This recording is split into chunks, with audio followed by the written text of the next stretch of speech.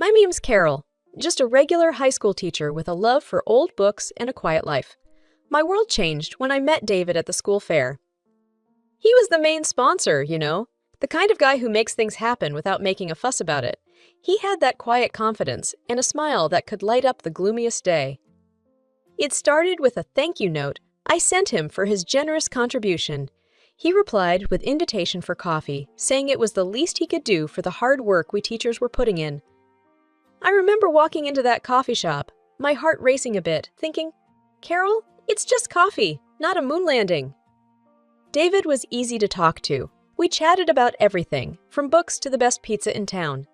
He had this way of making you feel like you were the only person in the room. Before we knew it, coffee turned into dinner, and dinners turned into weekends together. A few months in, he wanted me to meet his mother, Mrs. Winters. She's a bit old school, but she'll love you, he said. I was a bundle of nerves, wanting to make a good impression. I picked out my nicest dress and spent more time on my hair than I'd like to admit. The moment we walked into Mrs. Winters' living room, I felt her eyes on me like a hawk. So, you're the teacher David won't stop talking about, she said, her voice colder than I expected. I smiled, reached out for a handshake, but she just nodded, her eyes scanning me from head to toe. Dinner was an experience. Mrs. Winters had this way of talking where every compliment sounded like she was doing you a favor. That's an interesting dress, dear. Vintage shop? She said, her eyebrow raised just so. I felt my cheeks burn, but I managed a small thank you. It's one of my favorites. David squeezed my hand under the table, a silent hang in there, but the digs kept coming. A teacher, huh? Must be tough dealing with kids all day. Hope you don't bring that school discipline home. She chuckled, sipping her wine like it was the last one on earth. I really tried, to keep the conversation light, but it was like dancing on thin ice. David changed the topic, talked about his work, the weather, anything to steer away from the silent judgments being passed across the table. Fast forward a few months, and there I was, in a white dress, saying I do to the man who made it all worth it. The wedding was a blur of laughter, tears, and dancing. Mrs. Winters was there, of course, dressed to the nines and handing out opinions like candy. Lovely ceremony, though I'd have gone for real flowers, not these. What are these, dear plastic? She said, eyeing the decorations. We moved into David's home soon after. It was a beautiful place, cozy and welcoming, except for the chill I felt whenever Mrs. Winters was around. David assured me it would get better, that she just needed time to get used to me. Moving into David's home felt like stepping into a new world, one where every corner held a memory of Mrs. Winters' reign. It wasn't long before I got introduced to her morning ritual, the infamous inspection. It started like clockwork every morning. The minute the clock struck 10, the front door would creak open, and in she'd walk like the queen of her castle. Mrs. Winters had this air about her, like she owned every inch of the place. Her first move was always to slip on those pristine white gloves, snapping them tight like she was about to perform surgery. "Morning, Carol dear," she'd say, her voice dripping with a sweetness that never reached her eyes. "Just here to help you keep the place up to David's standards." I'd force a smile, my hands clenching the dish towel a bit too tight. "Thanks, Mrs. Winters, but I've got it covered."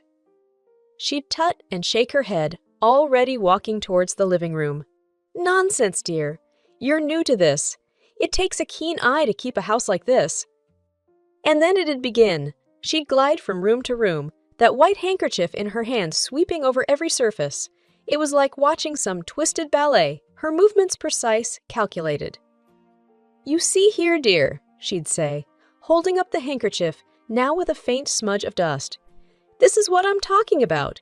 Can't have David living in a dustbin, can we?" I bit my tongue, the words, "It's not a dustbin," sitting at the tip, but I swallowed them down. David had asked me to play nice, and I was trying, really trying.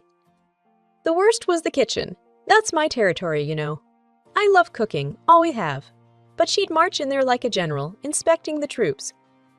"These pots aren't going to clean themselves, dear," she'd cluck, her fingers running over the rim of a saucepan I'd just washed. "It's clean, Mrs. Winters, I'd insist," my voice steady despite the storm inside. She'd hum, a sound that said, "I've heard better jokes."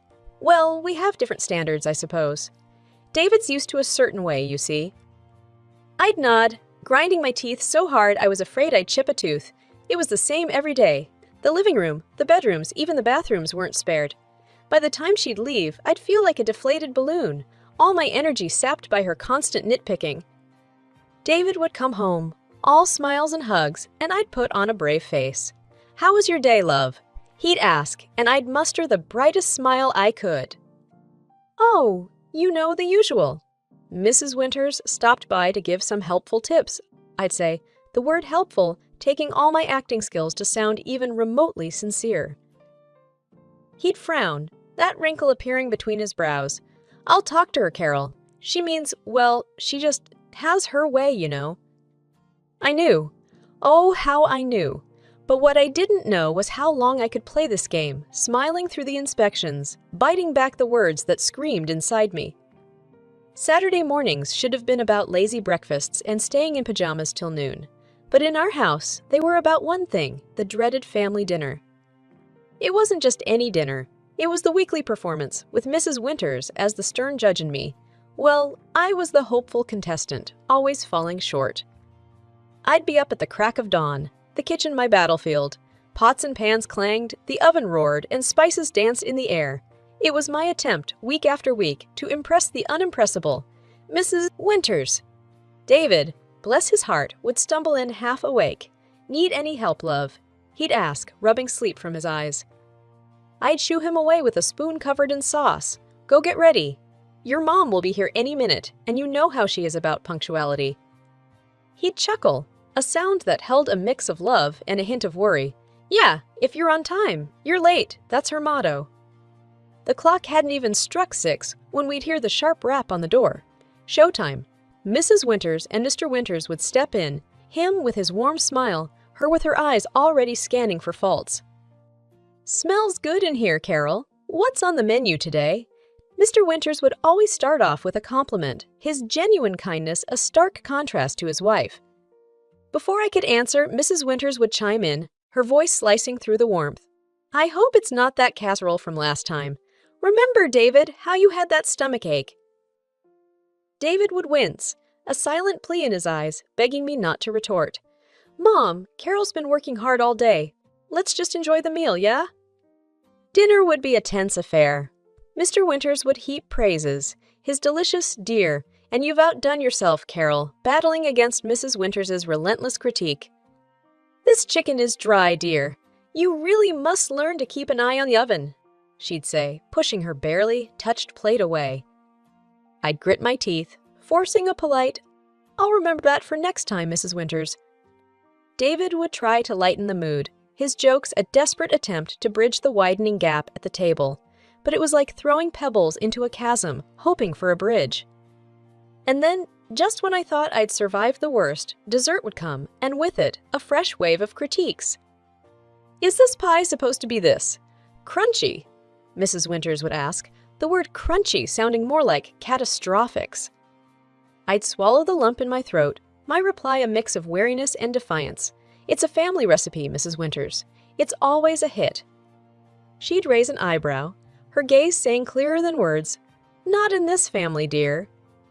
As they'd leave, Mr. Winters would give me a warm, encouraging hug, whispering, "Don't mind her, Carol.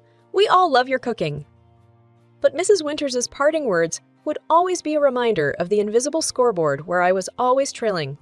"Try harder next time, dear. A happy husband is a well-fed husband." The door would close behind them, and I'd stand there, a mix of frustration and defeat simmering inside. David would wrap his arms around me, his silence a mix of apology and solidarity. "It's just one night a week, love. We'll get through this," he'd whisper, his words a lifebuoy in the stormy seas of Saturday dinners. The news of the pregnancy should have been a moment of pure joy, a new chapter for David and me. But amidst the excitement, a shadow lingered, the thought of Mrs. Winters's reaction. David was over the moon, grinning ear to ear. "We're going to be parents. Carol, can you believe it?"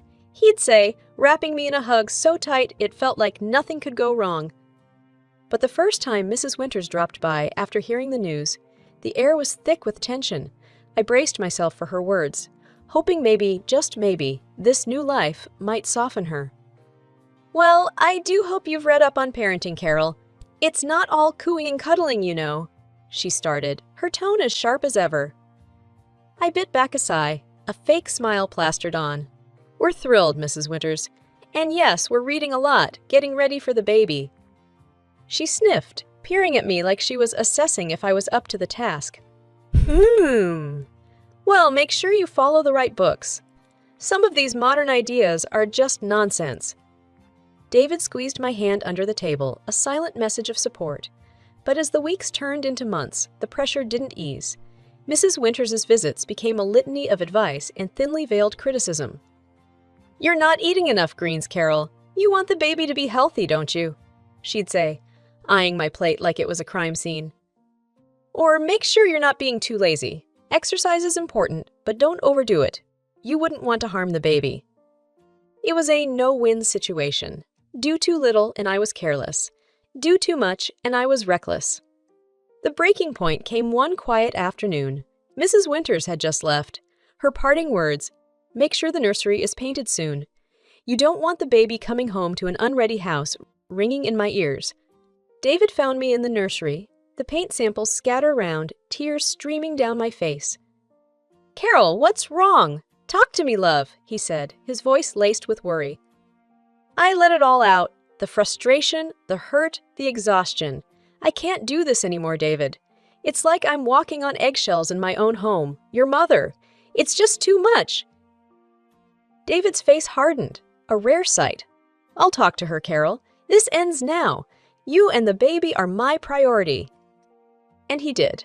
That evening, I heard hushed, tense voices from the living room. I couldn't make out the words, but the tone was clear.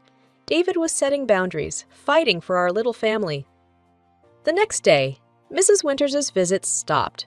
No more morning inspections, no more veiled insults. It was a relief, yet the silence felt heavy, charged with unsaid words and unresolved tensions. David was quieter too, his smiles not reaching his eyes. She's my mom, Carol. It hurts, but you and the baby come first. Always? I held him close, the future uncertain but our resolve clear. We were a team, and we'd face whatever came next, together. 7 years flew by since Lily, our little bundle of joy, came into our world. David was a doting father, his love for Lily shining in his every action. My father-in-law, a gentle soul, adored his granddaughter, his face lighting up with every giggle and every new word Lily spoke. But there was a chill that never thawed, a coldness that lingered in the air whenever Mrs. Winters was around. She kept her distance from Lily, her words as sharp as ever.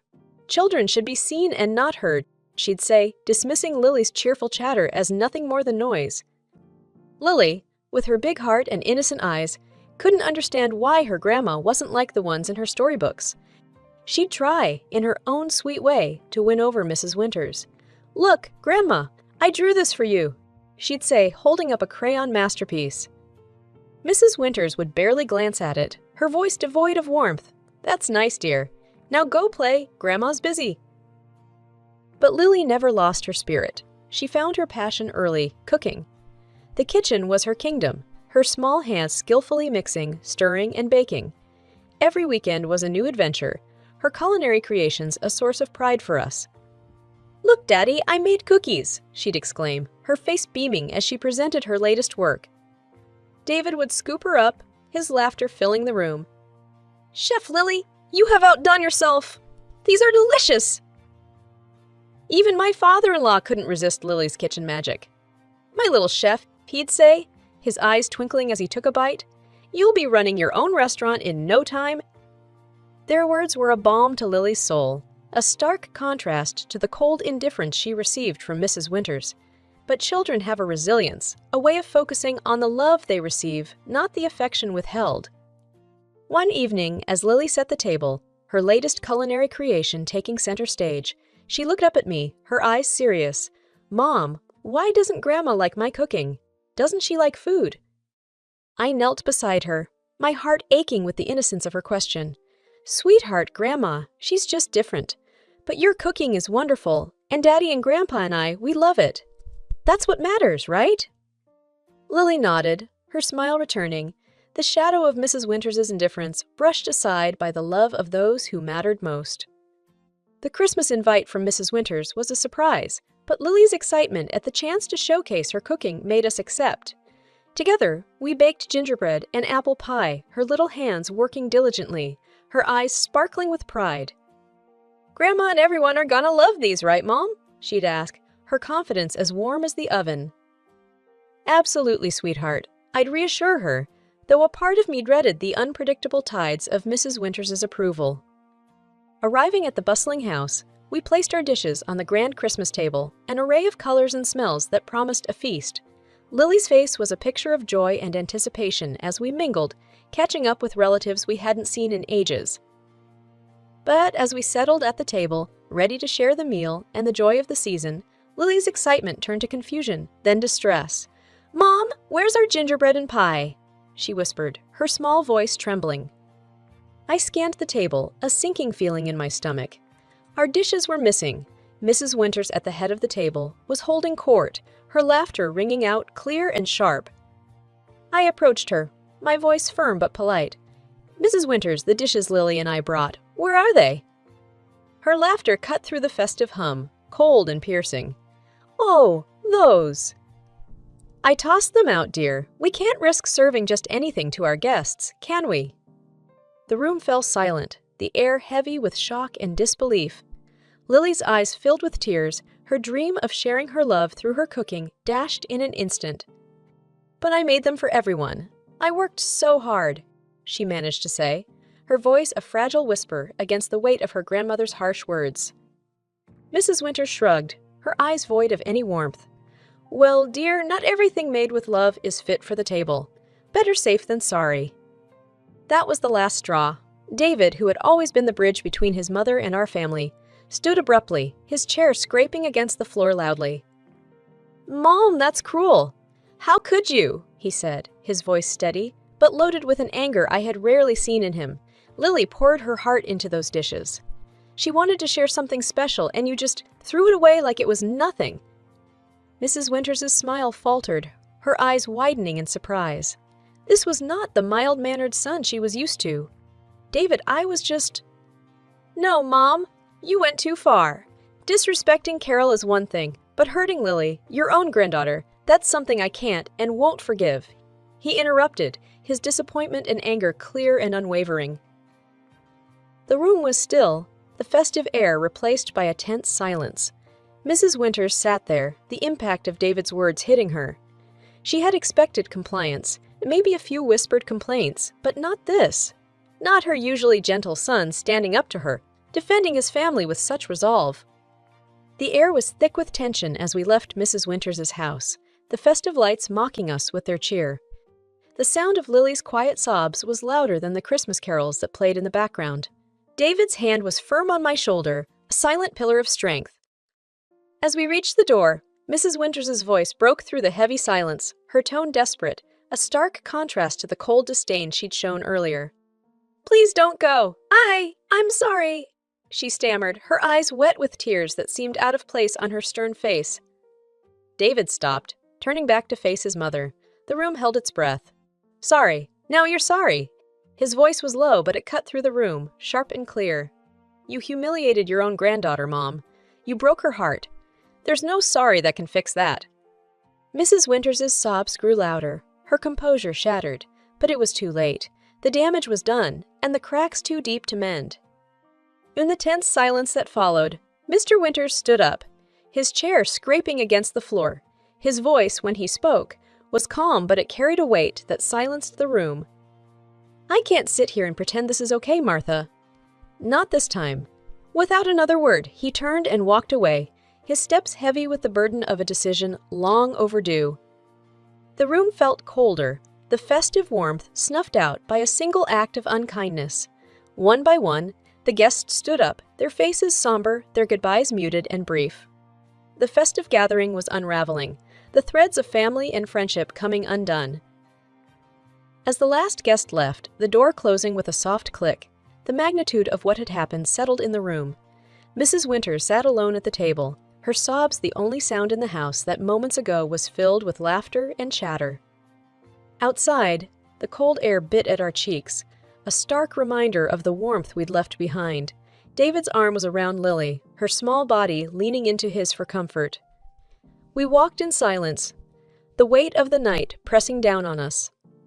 Back home, as we sat in the living room, the Christmas tree lights twinkling softly, a sense of peace settled over us. It was a fragile peace, one born from the chaos of the night, but it was ours. Lily, nestled between us, her tears dried, but the hurt still fresh in her eyes, looked up and whispered, "Are we okay, Mom, Dad?" David hugged her closer, a silent vow in his embrace. "We're more than okay, sweetheart. We're together, and that's all that matters." And in that moment, as we held each other, the trials of the night receded, leaving behind a simple truth. Family wasn't just about shared blood or shared names. It was about shared love, shared pain, and the shared resolve to stand together when the world seemed to crumble around us. The fallout from that chaotic Christmas dinner rippled through our family like a shockwave. The house felt different, quieter, the air still tinged with the remnants of that night's revelations. David was somber, his usual cheer dimmed by the events that had unfolded. "I'm sorry, Carol," he said one evening as we sat in the living room, the only sound the ticking of the clock. "I should have stood up for you and Lily sooner. I let it go on for too long." I reached for his hand, feeling the roughness of his palm against mine. "You did what you thought was best, David. We both did. But now we know better. We move forward, together." He nodded, the lines on his face softening. But the true shock came the next day when Mr. Winters showed up at our doorstep, his eyes weary, a deep frown creasing his forehead. "Can I come in?" he asked, his voice barely above a whisper. David opened the door wider, concern etched on his face. "Of course, Dad. Is everything okay?" Mr. Winters took a seat, his hands clasped tightly in front of him. "I've been doing a lot of thinking since Christmas," he started, his voice trailing off. We waited, the tension thick in the air. Finally he looked up, his eyes meeting ours. "I can't believe Martha could be so cruel, so heartless to her own granddaughter. I never imagined she could go that far." David shifted in his seat, the weight of his father's words heavy on his shoulders. "Dad, Mr. Winters raised a hand, stopping him mid-sentence. "No, David, I should have seen it, should have done something sooner. But I didn't, and now I'm thinking about a divorce." The word hung in the air, heavy and unexpected. Divorce wasn't a word thrown around lightly in our family, and coming from Mr. Winters, it was a bombshell. "Divorce!" David echoed, disbelief coloring his tone. Mr. Winters nodded, a resolute look on his face. "I can't be with someone who shows such cruelty, not just to Carol and Lily, but to her own family. I've turned a blind eye for too long, hoping things would change. But after what happened at Christmas, I can't ignore it anymore." We sat in silence, each lost in our thoughts. The decision was monumental, not just for Mr. Winters, but for all of us. It was a line in the sand, a declaration that enough was enough. "Whatever you decide, Dad, we're here for you," David said, his voice firm. "You've always been there for us, and that won't change." Mr. Winters smiled, a weary, sad smile. "Thank you, son. That means more than you know." In the days that followed, our family found a new rhythm, a new way of being. The shadows of the past lingered, but so did the promise of a fresh start, a chance to build something stronger and more resilient from the broken pieces. Lily's laughter returned, filling the house with a warmth that pushed back the darkness. And as we sat together, the three of us with Mr. Winters now a more frequent visitor, I realized that family wasn't about tolerating the intolerable. It was about standing up for each other, about choosing love and respect over blood and tradition. In the quiet moments, when the night wrapped the world in its embrace, I'd look at my little family and know that, despite the storms we'd weathered, we were stronger together. And no amount of cruelty or coldness could ever change that.